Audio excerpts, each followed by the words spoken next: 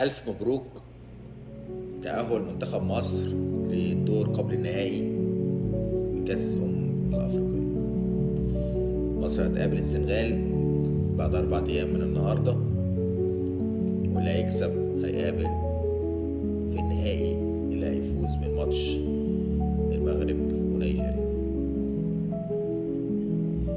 أنا عندي كلام كتير عايز أقوله، بس المباراة مليانة بالكلام وبالنقد اللي عايز يتقال او اللي انا عايز اقوله عنها، ولكن ده مش وقته خالص. النهارده انا عايز افرح كتير، لاني بقالي فتره كبيره جدا ما فرحتش. منتخب مصر